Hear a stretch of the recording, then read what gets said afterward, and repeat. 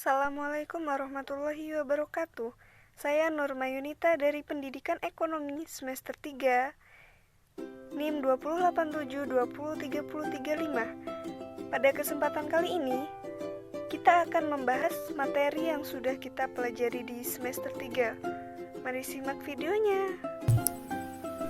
Baiklah, kita langsung saja ya ke materi yang pertama, yaitu konsep dasar IPS. Kita lihat dari definisi, ilmu sosial berasal dari kata social science, yang merupakan bidang ilmu yang berkaitan dengan manusia dalam konteks sosial. Sedangkan IPS memiliki padanan kata, yaitu social studies, yang mengacu pada NSISS di Amerika. IPS diartikan sebagai penyederhanaan disiplin ilmu-ilmu sosial serta masyarakat sosial terkait. Nah, yang termasuk dalam ilmu sosial diantaranya yaitu geografi, sejarah, antropologi, sosial, dan politik. Geografi yaitu ruang, sejarah yaitu waktu, antropologi yaitu kebudayaan, sosiologi itu masyarakat, politik yaitu kekuatan dan kekuatan. Langsung saja kita bahas silabus yang kedua, yaitu pembelajaran IPS yang mendukung keterampilan abad 21. Keterampilan abad 21 ini lebih sering disebut dengan 4C. Yang pertama, critical thinking, yaitu kemampuan berpikir kritis. Jadi, di abad 21 ini, kita tidak hanya sebatas memahami konsep atau menghafal sebanyak mungkin topik-topik pembelajaran, tetapi bagaimana kita harus berpikir kritis. Yang kedua, creativity atau innovation, yaitu peserta didik harus kreatif. Peserta didik yang ingin bertahan di abad 21 ini perlu kreatif karena semakin tingginya persaingan yang akan terjadi. Yang ketiga, communication, yaitu peserta didik harus bisa berkomunikasi sesama teman atau guru. Jadi komunikasi ini sangat dibutuhkan, bagaimana peserta didik berkomunikasi dengan orang lain. Yang keempat, collaboration, yaitu peserta didik harus bisa bekerja sama.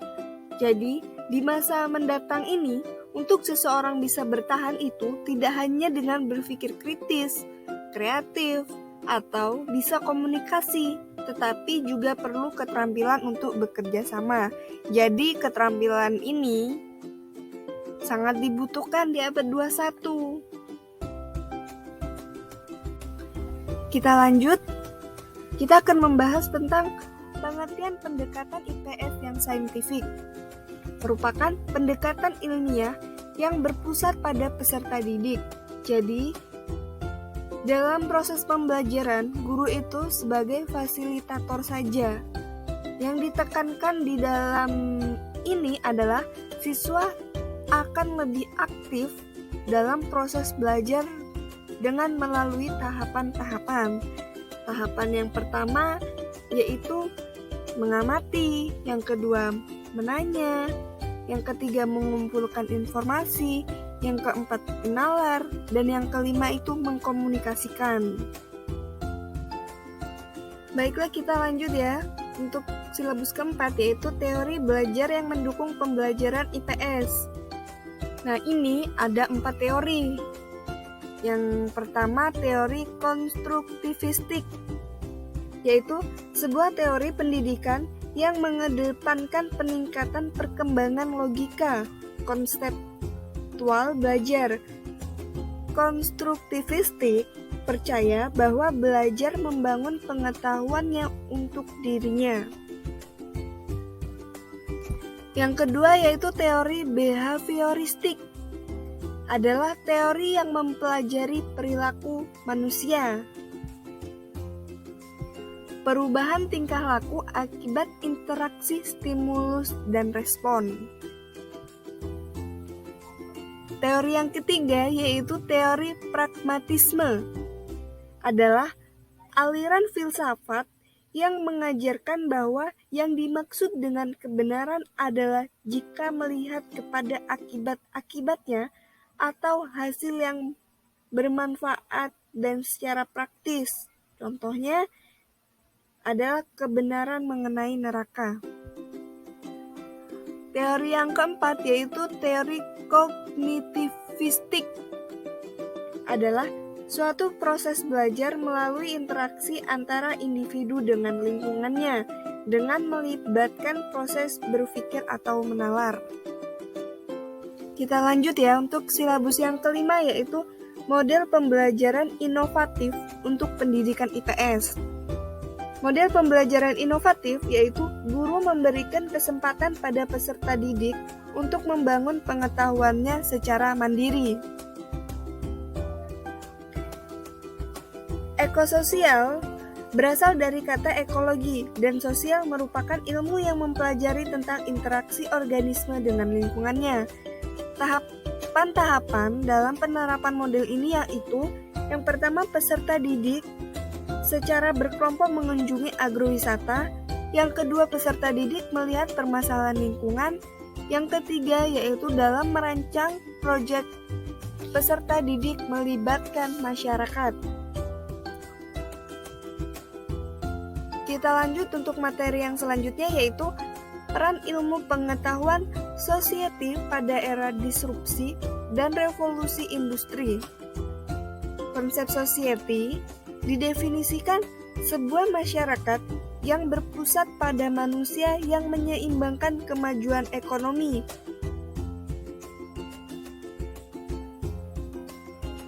Menurut Francis Fukuyama, pada era disrupsi mengandung dua makna, yaitu gangguan dan inovasi. Konsep society industri adalah salah satu sektor yang dituntut untuk terus melakukan inovasi karena semakin berkembangnya teknologi informasi dan komunikasi. Kita lanjut ya untuk silabus yang ketujuh atau yang terakhir yaitu startup berbasis ekososial sebagai model pembelajaran IPS kurikulum 2013 untuk mengembangkan pendidikan karakter pada generasi Z.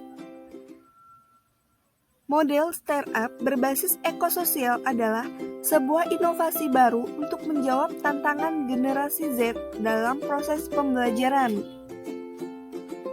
Generasi Z saat ini menjadi sorotan baik dalam dunia pendidikan maupun dunia kerja, karena generasi Z memiliki style yang lebih dari generasi sebelumnya. Perbedaan generasi X, Y, dan Z yaitu generasi X yaitu memiliki karakteristik banyak akal. Generasi Y memiliki karakteristik yang menyukai banyak tantangan baru. Generasi Z memiliki karakteristik yang mandiri, tidak menunggu orang tua untuk memberitahu mereka bahwa bagaimana mengambil keputusan.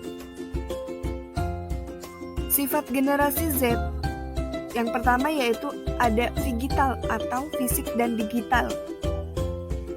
Bagi generasi Z, dunia nyata dan dunia maya tumpang tindih secara alami. Dunia maya hanyalah bagian dari realitas mereka. Untuk yang kedua yaitu hiperkustomisasi. Bagi generasi Z, selalu berusaha menyesuaikan identitas mereka dan melakukan kustomisasi agar dikenal dunia. Yang ketiga yaitu realistis. Tumbuh pasca peristiwa di mana terorisme menjadi bagian dari kehidupan sehari-hari.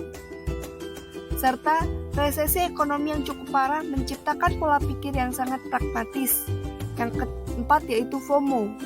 Bagi generasi Z, memiliki kekhawatiran yang besar ketinggalan informasi. Mereka takut tidak update, ketinggalan gosip, isu terbaru, dan menjadi tidak relevan di kalangan teman-temannya.